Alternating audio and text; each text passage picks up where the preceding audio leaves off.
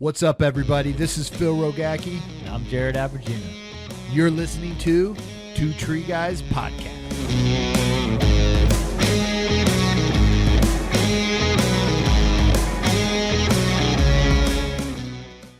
Hey, everybody. Welcome to Two Tree Guys Podcast. Jared Abergina here.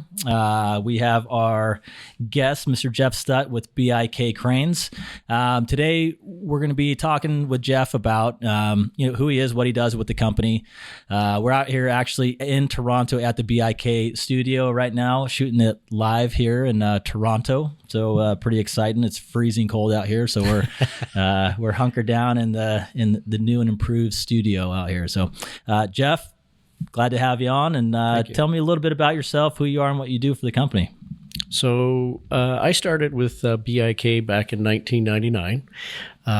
Prior to that, I came out of truck sales, new truck sales, used truck sales. And jumping into crane sales was something completely different, but I had met Elmer through selling him some trucks. And over time, I started managing, and we started expanding pretty quick on in the first few years I was here.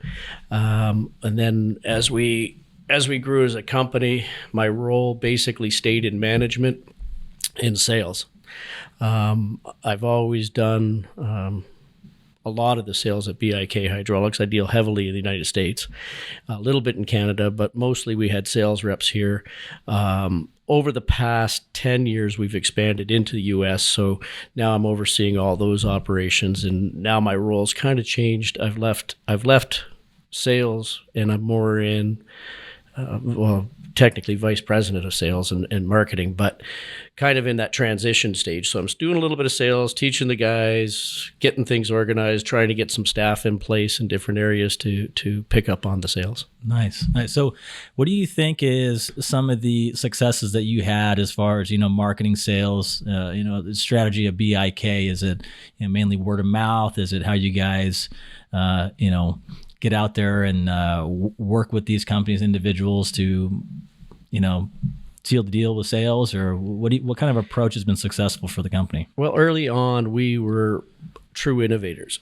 We had a website back in '99 that just blew the doors off everybody. It was amazing because everywhere I'd go, all the trade shows, people come up and they go, "Oh man, I watch your website. I can see things live. It's always changing inventory." So we were kind of that company that had that stuff long before anybody else did. So we were leaders. Then over time, it was word of mouth and our website that did a lot of the work. And as we grew and grew, we kind of got complacent. So we do our regular little marketing stuff, but we just didn't really ever evolve. And it's only been in the past year that we said, hey, hold on a second. Now we got to change because everybody else has caught up to us and passed us in a lot of ways. So now we're trying to bring in our marketing. We put together a marketing team of people from different companies that we have, we meet and we try to, all the younger guys got better ideas than me, right? I'm the old guy now. I'm the dinosaur and everybody's laughing at me. So I'm kind of just the guy who hears the ideas. I've got an idea of where I want to go, but how we're going to get there, I kind of leave it up to them.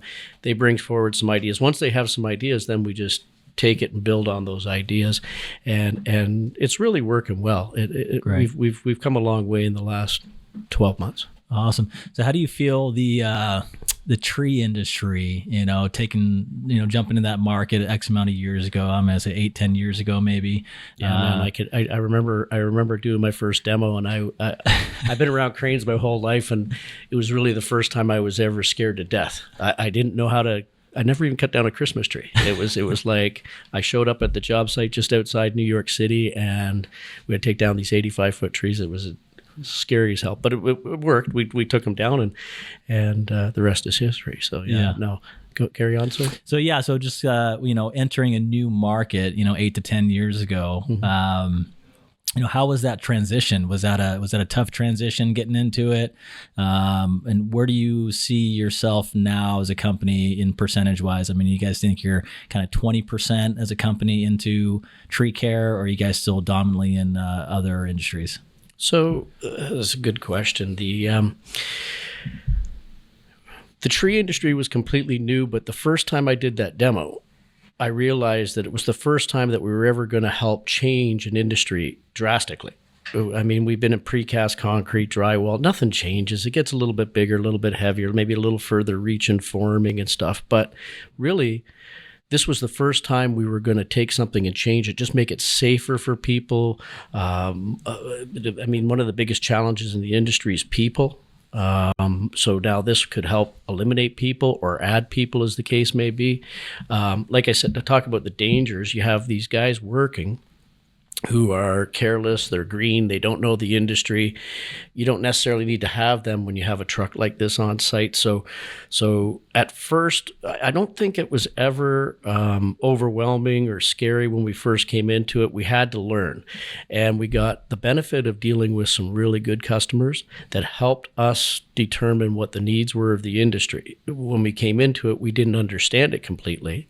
It was maybe overwhelming from that standpoint, not knowing what the industry needed, but the feedback from our customers was amazing, and they gave us so many great ideas. And we started to realize, look, we just need to build, the shortest possible truck with 100% stability that guys can get in and out of anywhere.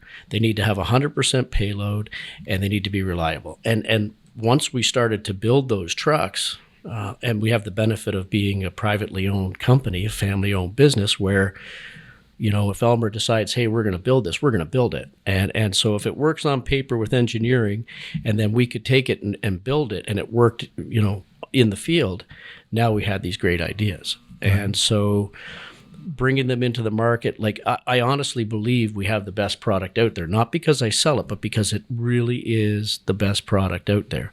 It's built by tree guys. And that's who needs to design this stuff. You guys got great ideas. You got better ideas than a lot of manufacturers out there. Just very simple things that make a big difference in people's day. So going on to how much of the market, though, we have, I don't know. We were talking about this the other day, and I really don't know. We don't know. Maybe not the market. I would just say maybe in our business. Yeah, this amount of sales. Are you guys, we're probably 35% of our business. But that changes all the time. Every year seems to be, some business picks up here in another area. The economy's been really different over the past 36 to 48 months. Most businesses have been very, very busy. But now, like, for example, we're selling a lot of precast units, and not quite as many tree units. More drywall units we're getting inquiries on. So it changes all the time. Yeah. But we'll still sell 35% probably by the end of the year. That's great. Yeah. So, being out in California on the West Coast, and the initiative of, AKA and our alliance with BIK, and we're building the brand and, getting more recognition of knuckle boom cranes on the West Coast. Why do you think that just it hasn't hit over there? It's like, all these cranes come from overseas, from Europe, and then they kind of plunk down on the East Coast, and then they hit a certain point, and it's like, no, we're not going to go that far. And why do you think that is? Yeah, that's real interesting as well. Yep. The West Coast's always been different. And it doesn't make a difference West Coast Canada or the United States. But once you have those Rocky Mountains pass by, the world changes. And so I think being there is a presence, like we had to be in California in order to sell into California. And that's was the first thing that we decided we needed to do. I think introducing the product in a lot of cases, we've sold some knuckle booms and stuff, but if you take a look at the sheer population, we haven't sold anything as comparison to New York or the East Coast, New England, central United States. But going forward, I feel strongly by being there, educating people, getting involved. I mean, I have customers, I've sold 5 or 6 units out there, not the tree industry. Right. But once they have the product, they love the product. So it's really just a matter of saying, hey, look at this, operate it, and people will want that product. Yeah. But you have to be there. It's different than being like we've sold throughout the United States with satellite repair dealers for years and years and years. No problems, no questions. We've always been able to maintain the product, but you can't make that happen in California unless you're there. Right. It's just a different attitude. Yeah. I mean, with over, over 80 service, alliances or partners that you guys have across the United States and Canada, I mean, that's impressive in itself to be able to have that support for your guys's, for your company. That being able to grow and expand on the West Coast, I think is probably one of the most important parts of selling these knuckle boom cranes in California or the West Coast. And that's the first question that I asked. Well, where's the company based out of? Right. I'm like, Toronto. They're like, that's a little too far. That's too far. Yeah. And it's funny because that's not the case if you sell back. Like I can sell into Iowa, nobody even questions it. Right. But California's got that exact attitude, that exact thought. And it's okay. We're there now. So now it's just a matter of educating people, like you said, and with the help of you and some sales staff out there, I'm sure that'll just start to snowball. Yeah. I agree. I like your guys' approach. You mentioned earlier being, working with, industry specialists or professionals to get that feedback. Perfect example, Hans, New Jersey Crane, right. Working with somebody like him on the East Coast or just in the United States in general, but somebody using the cranes all the time from, training standpoint, from production standpoint, and be able to, build upon the company that way with design, R&D, new ideas, what the customer wants. We for years and years and years, we have auxiliary outriggers on all our different trucks, and they're horizontal, so they sit flat. And if you don't oil the reels, sometimes they'll jump and they'll break. Mm-hmm. And you're on site, you're kind of stuck then, you're scrambling. I showed up at one of the tree guys, and I look over, and he's got this bracket built that feeds it right on like it can't. And I said, who put that on? He says, well, my hose jumped and it broke, so I thought I better do something so it doesn't happen again. And I was just like, now it's on every truck. If you walk through our shop, it's on every truck. Those are the simple ideas that make the product better, and it comes from the people. Absolutely. Yeah. And, on that note, talking about customization, stuff like that, and how important is customization from your standpoint when dealing with clients? Is a lot of people coming and saying, I know what unit I want, I know what my reach is, I know size crane, I know the weights that I need, that's what I want. Or they look at the website and be like, okay, you have this offer, I want that one. What's the percentage of people that are out there going, I need a custom build, and are you able to do that? Almost all of our time selling cranes, people have needed customization of some sort. Controlling the process. We one of our mottos is one-stop shopping. And one-stop shopping is basically the necessity to control all aspects of the build so we can control the time and the deliveries to customers. So that's why we build platforms in our own torsion boxes and so forth. We could farm out that work, but by doing it ourselves, we control the time frame that it needs to be done and on time for every chassis. Modifications and customizing pieces of equipment became part of that process going through. I built trucks for guys that go out and drill rock across the United States to put telephone poles in. Well, they needed compressors and they needed ramps up and they needed different things that nobody else needed. So we were able to do that for them. The tree industry is very customizable. Everybody, again, a lot of inventive people, so they all have ideas of how they want to build it. If we weren't able to customize it, it just wouldn't be very convenient for them to get a truck and then have to do tens of thousands of dollars of modifications to it. So, right. I think it's huge what we do, and that process at our company is improving. We brought on a great engineer who's working directly with our customers to ensure that they're getting stuff built how they want it to. Our expertise and our experience from our other customers, passing it along, saying, hey, you could do it this way, you can do it that way, take your time, think about it, ask this guy, and they get the best finished product in the end. Right. If we didn't do that, I think we'd be just a level down. Right, right. Yeah, I mean, that was a key component for me, looking at BIK as a company and coming here and visiting this place and seeing, each bay and what they do and the process of how things are built and, the fab shop and looking at there and looking at that and all the customization that could be done and all the things that these guys are working on really opened my eyes to a lot. Something simple for the 104 that I have is a log deck, with a extending log deck. Right. You got a 26, foot unit. It's nice, short, compact, but you don't have that space to put a log if you need to. Right. Well, no problem. Slide that baby out and you can fit a 10-foot log on there, no problem. And ironically, that came from our sign industry and was kind of a standard in that industry because guys needed the same thing. They put the signs on, but the boom was kind of mounted in the center. You can't get away from that. So the extension was the only thing we could do to allow them to carry their signage. And it came from that industry. So, wow. And then we brought it to this industry thinking, a 9-foot carry deck, like you said, might not be enough. So there, now you got the extension. Yeah. That's customization. You wouldn't think too much. I mean, a lot of people, I think, buying these cranes too, they kind of see what's out there and what people are looking for or already have, and they're trying to go, pound for pound.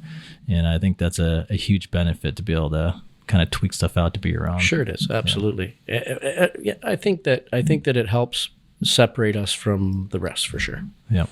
So as far as all the units that you guys have, I mean, there's a lot of, we went over this a little bit with Elmer of, the types of cranes that you guys have. And what would you say, one is your best seller, and what would be your favorite personally out of all the cranes? You mean as far as like for the tree industry or any industry? Just in general. Honestly, when you're around it so much, it's really hard to get charged up over it. I don't think I have ever been like overly excited. The one thing I think that the challenge that I take on myself personally is to really try and make sure that every customer is getting what they need. And if you I had a call yesterday, and it was on precast concrete, and the guy wanted a 100-ton meter boom. So I said, no problem, I can get you a price on that, but let me find out a little bit more about you. And we started talking, and in the end, he's going to buy a 45-ton meter boom, like nowhere close to the 100-ton meter boom. But when we talked through the process, that was because I was able to, explain and help him understand from my experience doing what I do. So I think that's what excites me most about the industry, is just making sure we try our best to help our customers achieve their goals, expand their business, by passing on our experience. I don't know when it happened. At some point, I have been in this. I thought I always see myself as a kid, but I'm like a mentor now. I've grown up along the way, and somehow I have this vast knowledge that I go, well, I got to pass it along to the people I work with and the companies that call for equipment. And I do. That's I think probably the thing that gets me most excited is being able to help people buy the right thing. Yeah, which is the most important thing at the end of the day, because you can go out there and sell something they don't need and they're unhappy. They spent too much money and now the brand's got a bad name. And there's a lot of people out there that are in sales that'll sell whatever, you call about, and it might not be the right thing. And a guy who's doing a different job can't be expected to know everything. So a guy who pours foundations knows everything about pouring concrete. I don't know anything about pouring concrete. If I was to need a foundation, I'd have to hire somebody to do that and trust that they know what they're doing.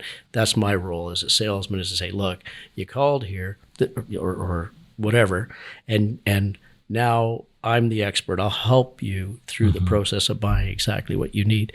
And that excites me. As far like coming into the tree industry, it was really exciting because I felt like we were making a tangible difference in people's lives to make it safer and more productive and more profitable. I like that. I like that change. And we don't get that same charge in the drywall business or foundation business, but I still love selling into those industries. I love dealing with family-owned and operated business, the smaller companies, the mom and pop locations. In a lot of cases, I've dealt with the grandfather, the son, and now a child. Like, you know what I mean? So we've been through 3 generations of dealing with people. It's fantastic. And everybody knows everybody. It's a lot of fun. Yeah, it's building a relationship with these companies, right? And it's not just them buying a piece of equipment and shipping it off and be like, best of luck to you. You know, you're building that relationship with them and you're there for them for infinity until they're done with the service, right? A bunch of years ago, I was at the precast show, and a group of guys came by around closing time and said, "What are you doing?" I said, "No, nothing." And they said, "Come on, you're coming with us." And they had actually rented this little restaurant, and they had about 40 people there, all my customers that I've dealt with over the years. And it was a thank you. They had it catered. They had and they were thanking me for helping them make good decisions, helping them grow their business, helping them become the best they could become. And it was a real, touching moment, as it makes you realize you do have the ability to impact people so positively. And sometimes you don't get that in your everyday life. You don't see that. But when people come together like that, it was really a special moment for me, for sure. Yeah. Yeah. I could see, the culture that was built within BIK, and, I haven't been around here. It's my maybe third time here. Right. But I got to go to the Christmas party. Yep. And meet and talk to a lot of the employees within the company. And it truly is a really awesome culture that was built here. And you can see the respect, from these guys in the fab shop building the cranes to, the respect and the, just the way everybody interacts from the sales all the way, across the board, I found that pretty no awesome. divide. There's no divide. We're a family owned and operated business, but by no means a small business. We're very large. I don't know how many employees we got now, but it'd be over 100 for sure. But everybody still knows everybody. And you know how they're doing personally. If somebody's going through a hard time or a divorce or their wife's pregnant and they're expecting a child. Everybody's in tune with what everybody's doing in their life, and yeah, it's a special environment to be part of. I've been at BIK for 25 years, and I'll be here until the day I stop working, and that might be when I'm 90, but I'll be here until then for sure. Awesome. So what about any new future developments? Anything coming up down the pipeline you're excited about? Anything crane-wise, grapple truck-wise, different industry-wise? We got the 70.5, which is our 118, our TC 118, which is a real exciting product coming into the market for sure. It's got some nice features on it with an auto stow, and it's got a self-leveling winch on it, which is huge, particularly for our customers in the tree industry, because they're always working over a house or over a structure. So having something that's never going to dead end on a winch is huge. Nice. That's going to be a great product.